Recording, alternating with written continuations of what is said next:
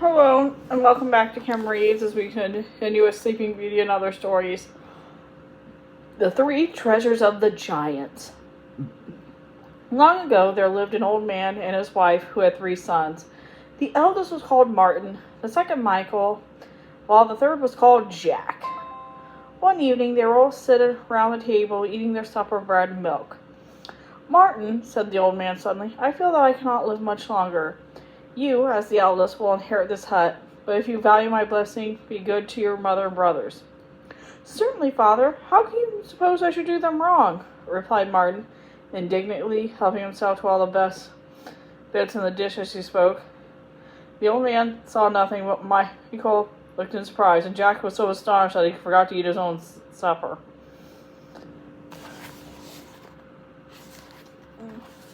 A little while after the father fell ill and sent for his sons, who were out hunting, to bid them farewell. After giving good advice to the 2 eldest, he turned to Jack. "My boy," he said, "you have not quite as much sense as other people, but if heaven had deprived you of some of your own wits, it has given you a kind heart. Always listen to what it says, and take heed to the words of your mother and brothers, as well as you are able." So saying, the old man sank back on his pillows and died. The cries of grief uttered by Martin and Michael sounded through the house, but Jack remained by the bedside of his father, still and silent, as if he were dead also. At length he got up, and going into the garden, hid himself in some trees and wept like a child, while his 2 brothers made ready for the funeral. No sooner was the old man buried than Martin and Michael agreed they'd go into the world together to seek their fortunes, while Jack stayed at home with their mother. Jack would have liked nothing better to sit and dream by the fire, but the mother, who was very old herself, declared there was no work for him to do, and he must seek it with his brothers. So one fine morning, all 3 set out. Martin and Michael carried 2 great bags full of food, but Jack carried nothing. This made his brothers feel very angry, for the day was hot and the bags were heavy, and about noon they sat down under a tree and began to eat. Jack was as hungry as they were, but he knew there was no use asking for anything, and he threw himself under another tree and wept bitterly. "Another time perhaps you won't be so lazy and will bring food for yourself," said Martin, but to his surprise Jack answered, "You're a nice pair. You talk of seeing your fortunes so as not to burden on our mother, and you begin by carrying off all the food she has in the house." This reply was so unexpected that for some moments neither of the brothers made any answer. Then they offered their brother some of their food, and when he finished eating, they went on their way once more. Towards evening, they reached a small hut, and knocking at the door, asked if they might spend the night there. The man, who was a woodcutter, invited them in and begged them to sit down to supper. Martin thanked him, but being very proud, explained that it was only shelter they wanted, as they had plenty of food with them. He and Michael at once opened their bags and began to eat, while Jack himself hid himself in the corner. The wife, on seeing this, took pity on him, and called him to come and share their supper, which he gladly did, and very good he found it. At this, Martin regretted deeply he had been so foolish as to refuse, for his bits of bread and cheese seemed very hard when he smelt the savory soup his brother was enjoying. He shan't have that chance again, thought he. The next morning, he insisted on plunging into a thick forest where they were likely to meet nobody. For a long time, they wandered hither and thither, but they had no path to guide them. But at last they came upon a wide clearing, in the midst of which stood a castle. Jack shouted with delight, but Martin, who has a bad temper, said sharply, "We must have taken a wrong turn. Let's go back." "Idiot," replied Michael, who was hungry too, and like many people when they were hungry were very cross also. "We set out to travel the world, and it doesn't matter if we go to the right or the left." And without another word, he took the path to the castle, closely followed by Jack, and after a moment by Martin likewise. The door of the castle stood open, and they entered a great hall and looked about them.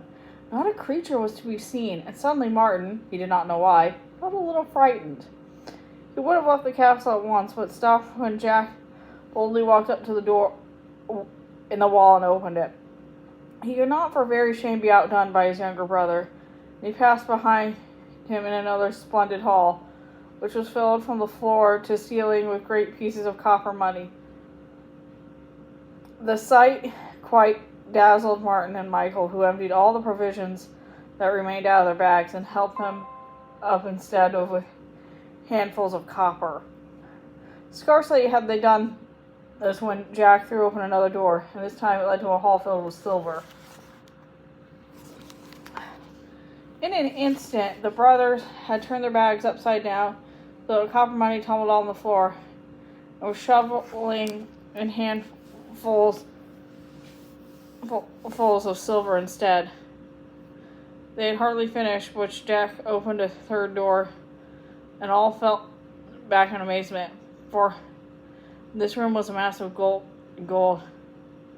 that their eyes grew so sore as they looked at it.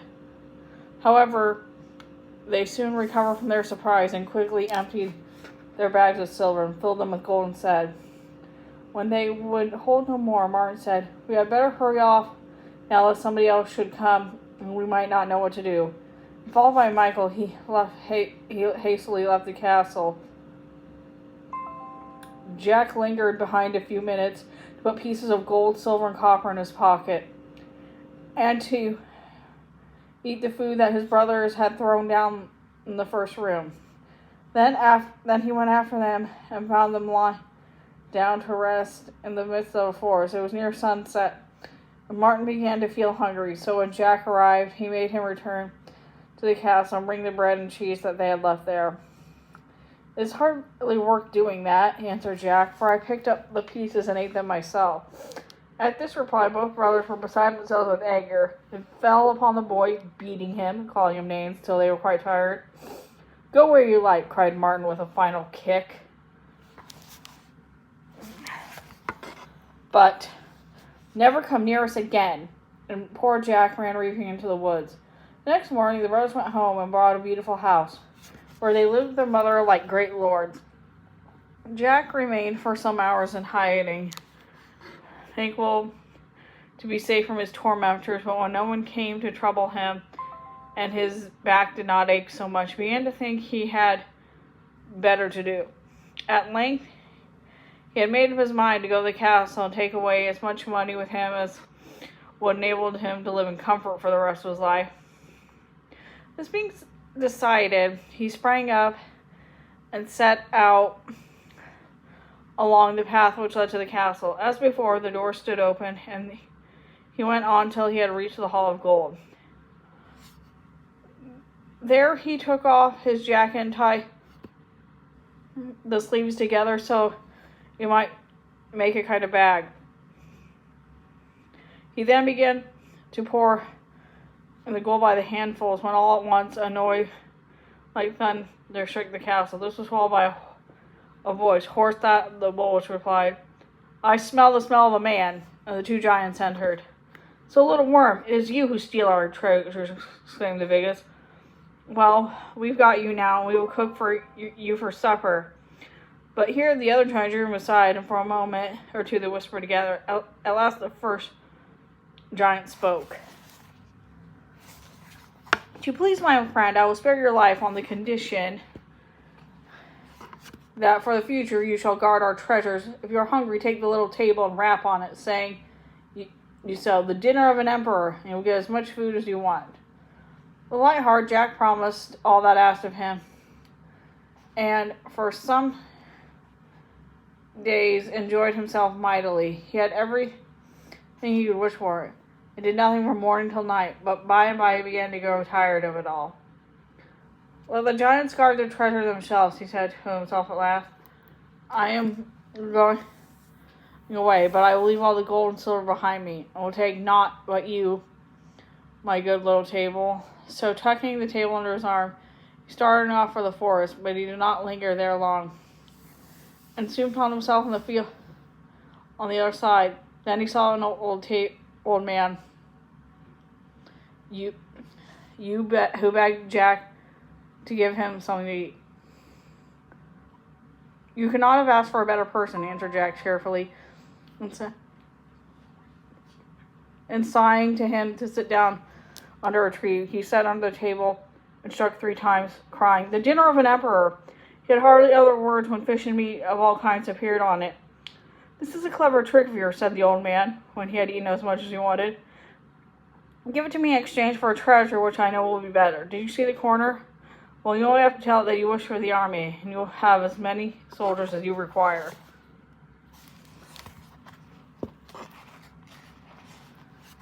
Now, since he had left up to himself, Jack had grown ambitious, so after a moment's hesitation, he took the cornet and gave the table in exchange. The old man bade him farewell and sat down on one path while Jack chose another. For a long time he was quite pleased with his new possession. Then he felt hungry. He wished for his table back again, as no house was in sight, and he wanted some supper badly. All at once he remembered his cornet, and a wicked thought entered his mind. 200 hussars, forward!" cried he, and the neighing of horses and the clanking of swords were heard at hand. The officer who rode at their head approached Jack and politely inquired what he wished them to do. "A mile or 2 along the road," answered Jack, "you will find an old man carrying a table. Take that table from him and bring it to me." The officer saluted and went back to his men, who started to gallop to do Jack's bidding. In 10 minutes they had returned, bearing the table with them. "This is all, thank you," said Jack, and the soldiers disappeared inside the cornet. Oh, what a good supper, Jack had thought, quite forgetting that he owed it to a mean trick. Next day he breakfasted early, and then walked on towards the nearest town. On the way hither, he met another old man who begged for something to eat. "Certainly you shall have something to eat," replied Jack, and placing the table on the ground, he cried, "The dinner of an emperor, and all sorts of good dishes up here." At first the old man ate greedily and said nothing, but after his hunger was satisfied, he turned to Jack and said, "This is a very clever trick of yours. Give the table to me, and you shall have something better." "I don't believe there's anything better," answered Jack. "Yes, it is. Here's my bag. It will give you as many castles as you possibly want." Jack thought for a moment, and he replied, "Very well, I will exchange that with you." And passing the table to the old man, he hung the bag over his arm. 5 minutes later, he summoned 500 lancers out of the cornet and bade them after the old man and fetched back to the table. Now, after his cunning, he obtained possession of the 3 magic objects. He resolved to return to his native place, smearing his face with dirt and tearing his clothes as to look like a beggar. He sought the passers-by, and on the pretense of seeking money or food, he questioned them about the village gossip. In this manner, he learned that his brothers had become great men, much respected in all the country around. When he heard that he lost no time going in the door of their fine house and imploring them to give him food and shelter.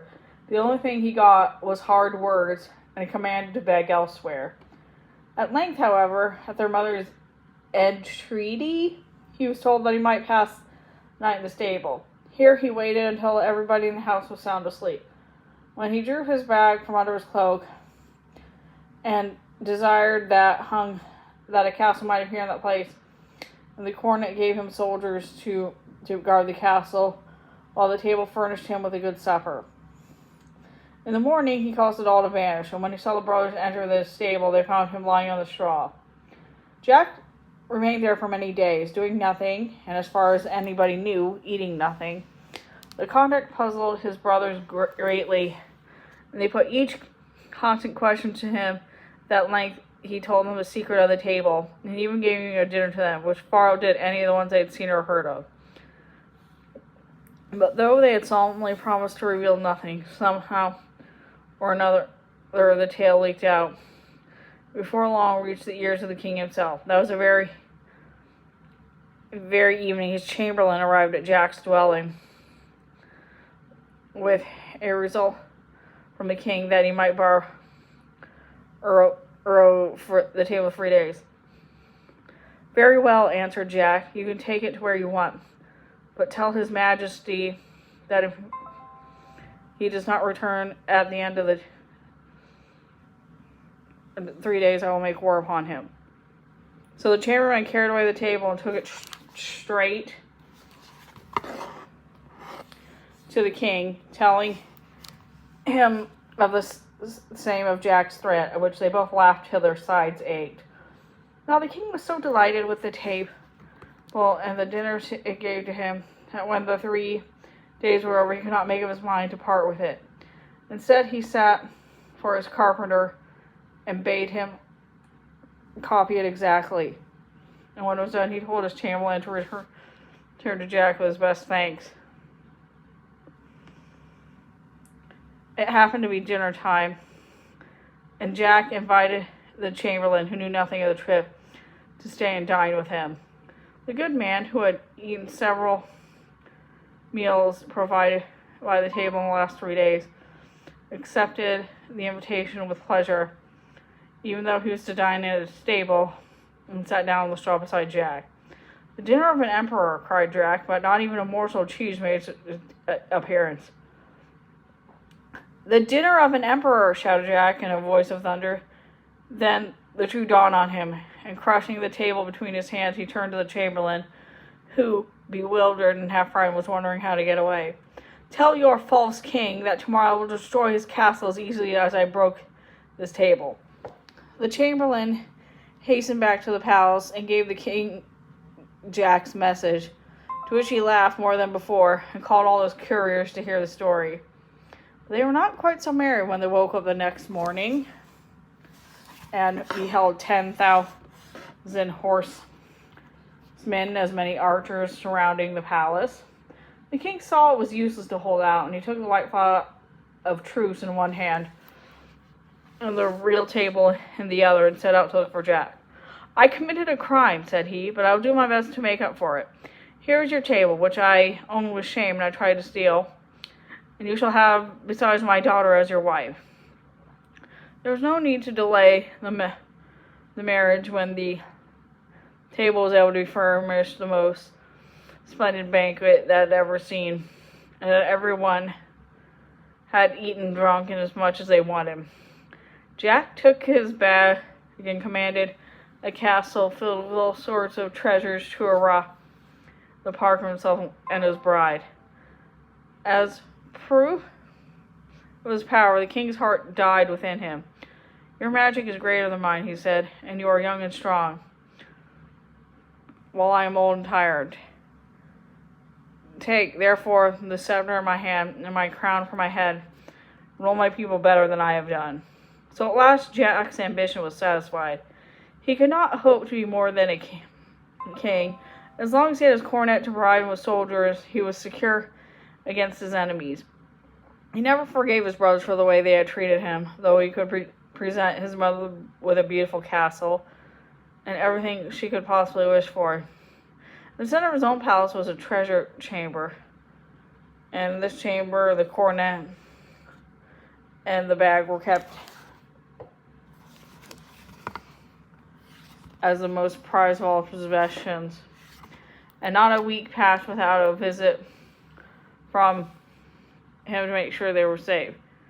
He reigned long and well, and died a very old man, beloved by his people. But his good example were not followed by his sons and his grandsons.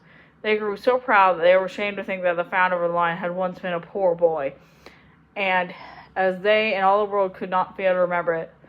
As long as the table, the coronet, and the bag were shown in the treasure chamber, one king, more foolish than the rest, thrust them back in the dark and damp cellar. For some time the kingdom remained, though it became weaker and weaker as every year passed. One day a rumor reached the king that a large army was marching against him.